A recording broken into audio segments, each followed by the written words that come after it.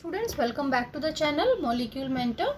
So now let us start with the next topic of the chapter, carboxylic acids. हमने carboxylic acid start किया हुआ है, aldehydes, ketones और carboxylic acids chapter actually start किया हुआ है और अब हम पहुंच गए हैं कार्बोक्सिलिक एसिड्स पे. ठीक है, सो इसकी हम इंट्रोडक्शन, स्ट्रक्चर वगैरह कर चुके हैं. अब नेक्स्ट देखो, दैट इज़ अ कंपैरिजन. हाँ, एसिडिक नेचर भी, हम एसिडिक करेक्टर है कार्बोक्सिलिक एसिड का ना, तो उसको भी हमने प्रीवियस वीडियो में अच्छे से समझ लिया है.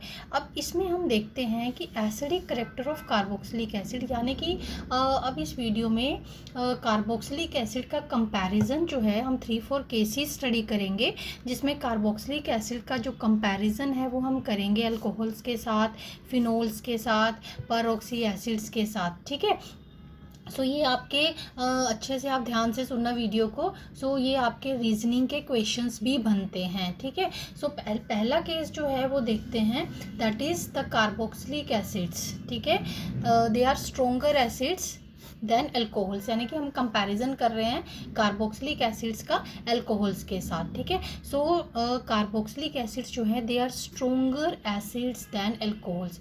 अब जब हमने अल्कोहल्स का चैप्टर किया था तो उसमें हमने अल्कोहल्स का भी एसिडिक करेक्टर स्टडी किया था. It means they are also bit acidic in nature. तो कार्बोक्सिलिक एसिड्स तो एसिडिक नेचर के हैं ही हैं. ठीक है, सो अब दोनों में कंपैरिजन देखते हैं कि कौन ज़्यादा स्ट्रोंगर है, कार्बोक्सिलिक एसिड या अल्कोहल्स. ठीक है, अब देखते हैं इसका कंपैरिजन. जैसे कि मैंने आपको पहले भी बताया था कि जब भी हम एसिडिक नेचर का कंपैरिजन करते हैं, इट्स ऑलवेज बेटर कि आप ऐसे पहले रिएक्शंस लिख लो. पहले आप दोनों रिएक्शंस देख लो कि देखो ये अल्कोहल है, इसने एसिड है तो H पॉजिटिव रिलीज़ किया, तो पीछे हमारे पास एल्कोक्साइड बच गया. ठीक है, अब ये है एसिड, कोई भी कार्बोक्सिलिक एसिड कह रहे हैं, नॉट एसिडिक एसिड.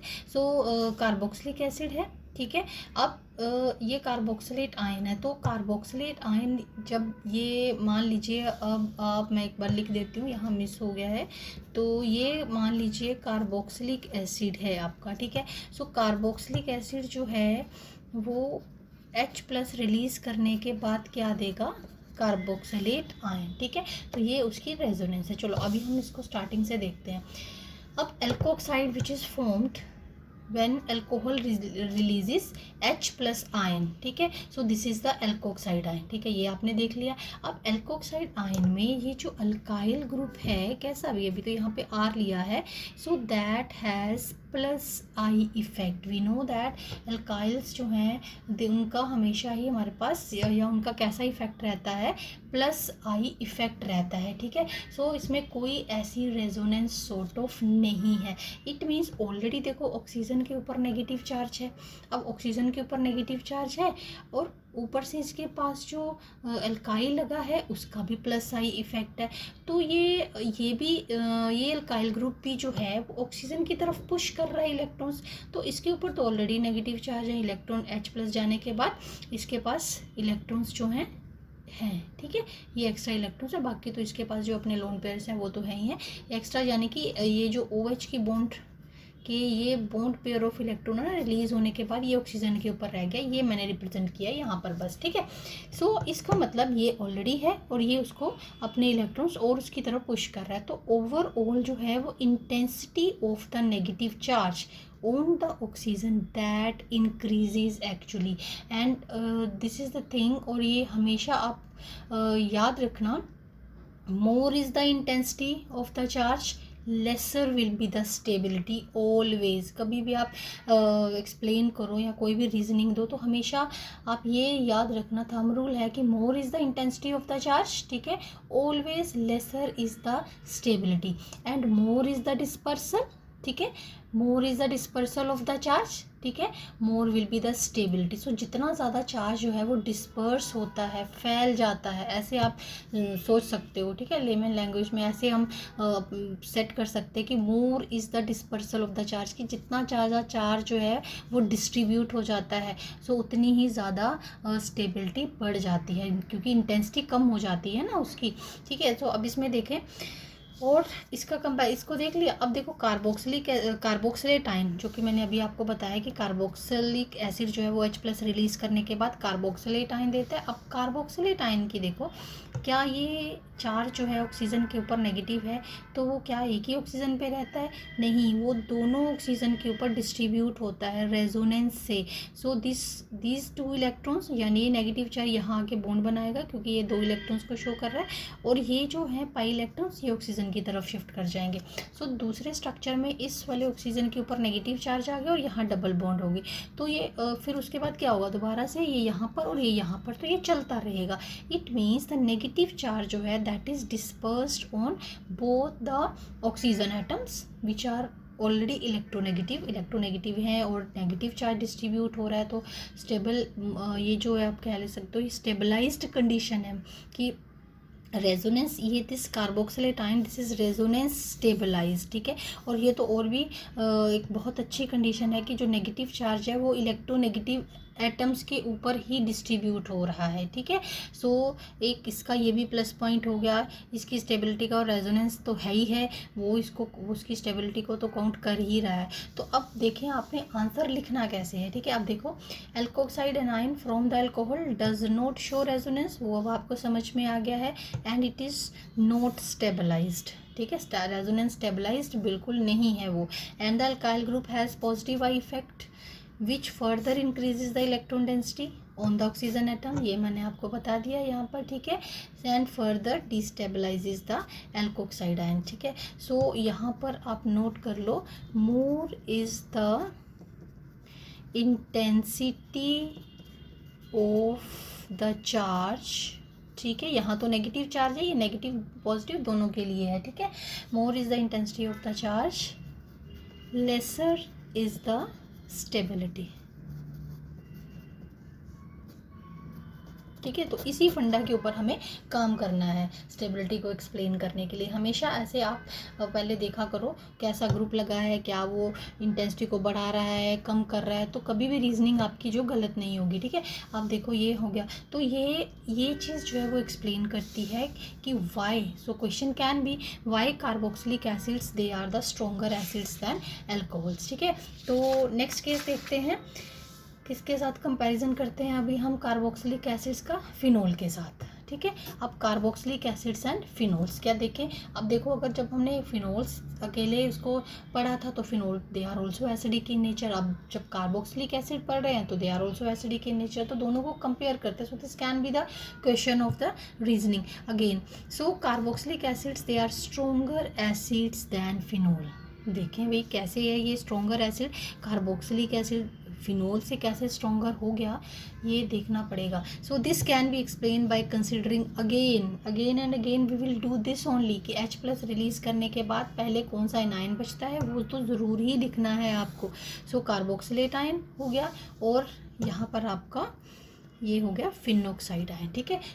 सो दोनों ही एनाइंस जो बचे, H+ रिलीज करने के बाद जो बचा इसमें कार्बोक्सिलेट आयन बचा और एल्कोहल्स में बचा फिनोक्साइड आयन, ठीक है। अब इन दोनों की स्टेबिलिटी देखते हैं। अब इन दोनों की स्टेबिलिटी कार्बोक्सिलिक एसिड्स की तो आपको पता ही है, बहुत बार कर ली अब हमने, ठीक है। सो ये यहाँ पर आया, ये यहाँ पर आया, सो अल्टीमेटली मैंने रेजोनेंस हाइब्रिड की फॉर्म में लिख दिया है इसको। So now see the negative charge in distributed on the 2 oxygen atoms which are electronegative atom, both they are electronegative in nature, ठीक है। अब देखिए फिनोक्साइड आयन, अब देखें अगर फिनोक्साइड आयन जो है ऐसा है तो सॉरी इसमें कैसे रेजोनेंस हो सकती है। अब देखिए, अब देखा जाए तो ये बेंजीन लगा है तो पॉजिटिव, इसका पॉजिटिव ऑक्सीजन का कैसा इफ़ेक्ट है, ठीक है। ये ऑक्सीजन का प्लस सार इफेक्ट है कि ये दिस ऑक्सीजन, ये नेगेटिव चार्ज यहाँ आएगा और ये इलेक्ट्रॉन्स जो है वो यहाँ पर कंसंट्रेट हो जाएंगे। तो इसकी मैं एक बनाऊंगी, बाकी स्पीशीज़ आप प्रैक्टिस कर लेना। तो यहाँ पर आ गया डबल बॉन्ड, ठीक है, नेगेटिव चार्ज, तो ये बॉन्ड, तो यहाँ पर जो है वो नेगेटिव चार्ज कंसंट्रेट हो गया। फिर नेक्स्ट स्ट्रक्चर बता देती हूँ, यहाँ पर और यहाँ पर, फिर जब यहाँ नेगेटिव चार्ज कंसंट्रेट होगा तो ऐसे ही आपको सर्कुलेट करना है। तो जिसकी रेजोनेंस हाइब्रिड मैंने यहाँ बनाई हुई है। अब वैसे तो देखा जाए तो फिनोक्साइड आयन जो है that should be much more stabilised, क्योंकि इसमें रेजोनेंस जो है वो चार्ज जो है, रेजोनेंस तो इसमें भी है इसमें भी है, लेकिन इसमें जो चार्ज है वैसे होना चाहिए। हम यही सोचेंगे पहली बार में कि ये जो है नेगेटिव चार्ज इसमें तो पूरी बेंजीन रिंग के ऊपर सर्कुलेट हो रहा है, तो it should be more you can say stabilised as compare to the carboxylate ion, ठीक है। बट देखो carboxylic acids they are stronger acids than, अब देखो इसकी रेजोनेंस और इसकी रेजोनेंस देखने में तो ये चार्ज, अभी मैंने वो आपको बताया कि मैम आपने बोला था more is the dispersal of the charge, ठीक है, more will be the stability, ठीक है।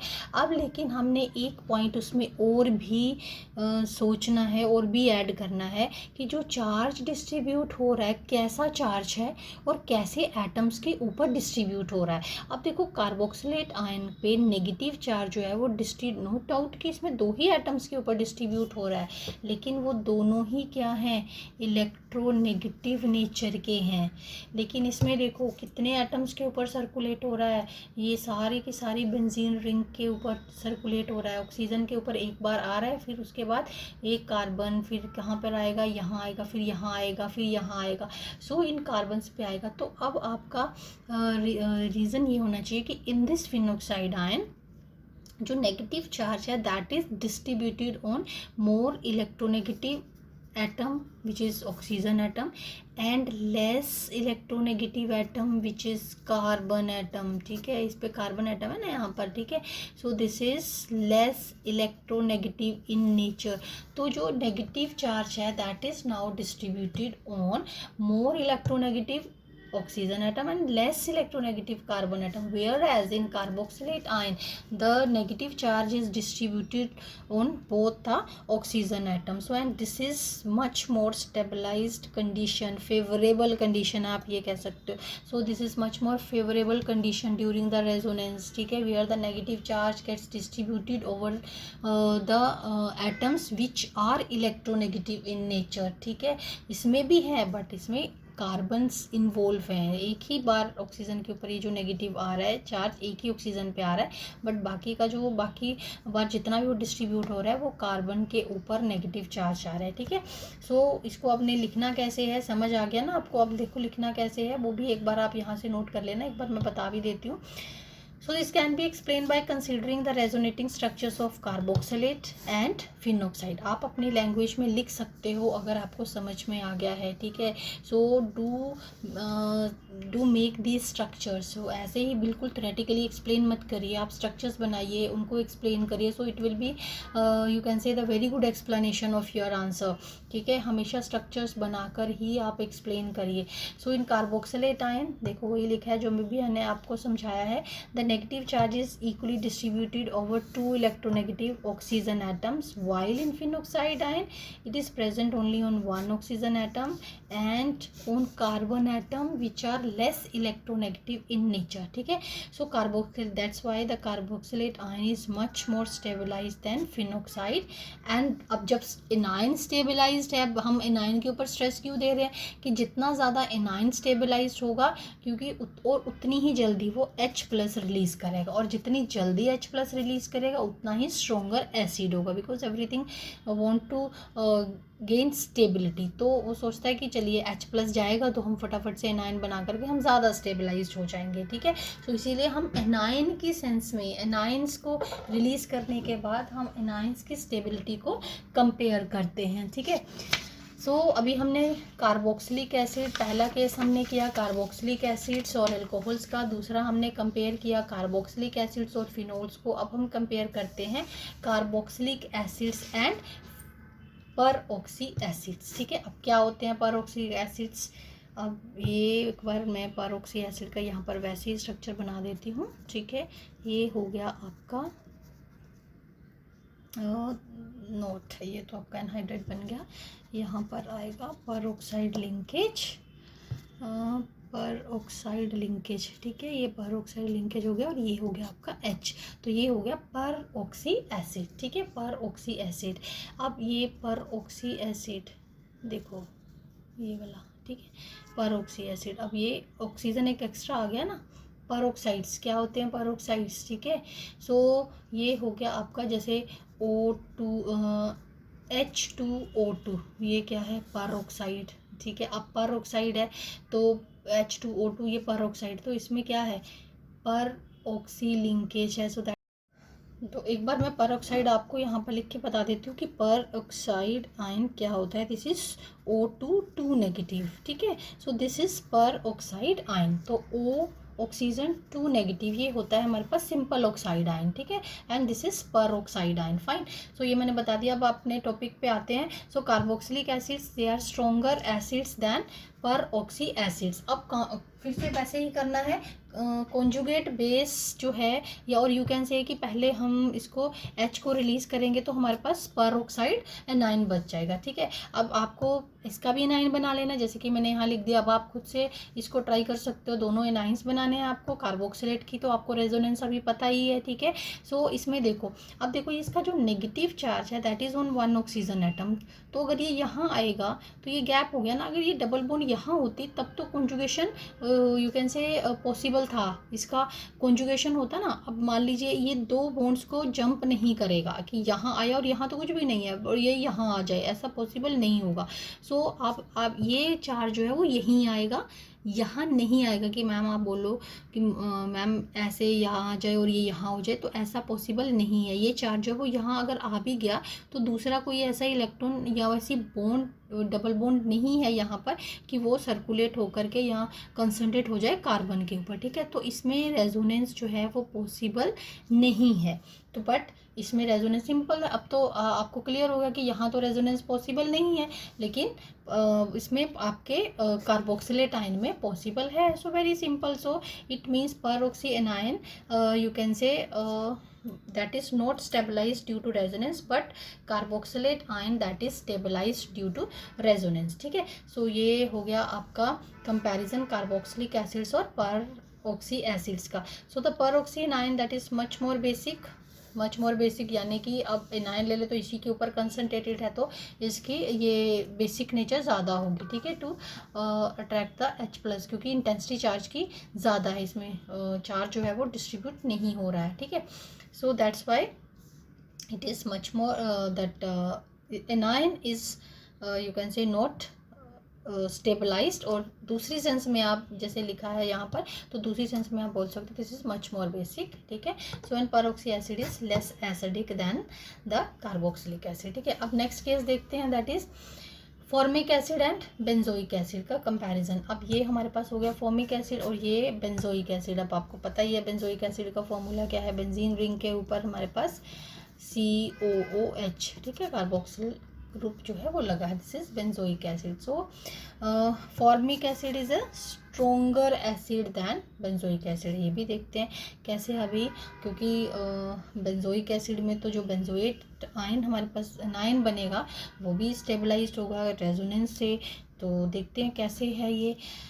देन देखो, weaker acidity of which benzoic acid than methanoic acid, that is due to the fact that electron donating resonance effect plus R effect of phenyl group that overweighs the negative effect of the phenyl group। वैसे अगर हम देखें कि phenyl group जो है वो electrons को अपनी रेजोनेंस में लगाता है, खींचता है अपनी तरफ इलेक्ट्रॉन्स को। अगर कोई ऐसी स्पीशीज़ उसके साथ लग जाए कि जो जिसके पास एक्स्ट्रा इलेक्ट्रॉन्स हो जाए तो वो तो हो गया उसका लाइक कौन सा इफेक्ट हो गया उसका, लाइक नेगेटिव आई इफेक्ट। अब उसका जो है वो नेगेटिव आई इफेक्ट है। तो हमारे पास एक बार देखते हैं कैसे बनता है। देखो ये देखो, अब अगर सिर्फ नेगेटिव आई इफेक्ट की बात करें तो ये इलेक्ट्रॉन जो है वो अपनी तरफ खींचेगा तो H+ रिलीज़ करने में हेल्प करेगा। हाँ, ये इफ़ेक्ट भी लग रहा है, बट इसका जो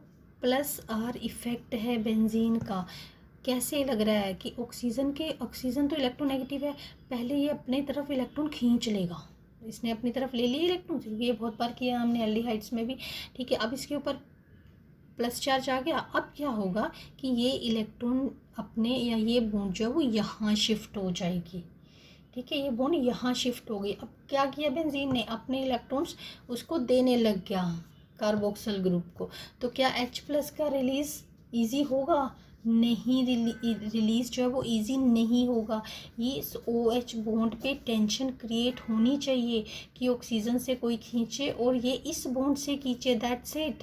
अब इस बॉन्ड से खींचे तो ये H+ रिलीज़ करना इजी हो जाए। लेकिन अब यह क्या है, ये खींचने, इसका नेगेटिव इफेक्ट तो है, ये अपनी तरफ पुल तो कर ही रहा है, ठीक है, लेकिन दूसरी तरफ +R इफेक्ट जो है वो जो इस पर जैसे ही पॉजिटिव चार्ज आ जाता है तो ये +R इफेक्ट जो जैसे ऑपरेट होता है, so that overweighs the negative I effect. सो इस वजह से क्या होता है, इसका जो बेंजोइक एसिड्स आप कह सकते हो, लेकिन दूसरी तरफ कंपेयर करें हम, ये देखो मिथेनोइक एसिड, तो इसमें ऐसा कोई ऐसा ग्रुप नहीं है, ठीक है। ये इलेक्ट्रॉन यहाँ आए, ठीक है, अब ये जो है इलेक्ट्रॉन अपनी तरफ खींचेगा, ठीक है, ये यहाँ आए और यहाँ यू कैन से कि ये तो रेजोनेंस हो गई बाद में, तो ये H+ जो है वो रिलीज़ हो जाएगा, ठीक है। So that's why this is the reason. ये सारे रीज़न इसीलिए मैंने डिफरेंट केसेस जो है वो सॉर्ट आउट किए हैं कि आपको समझाने के लिए।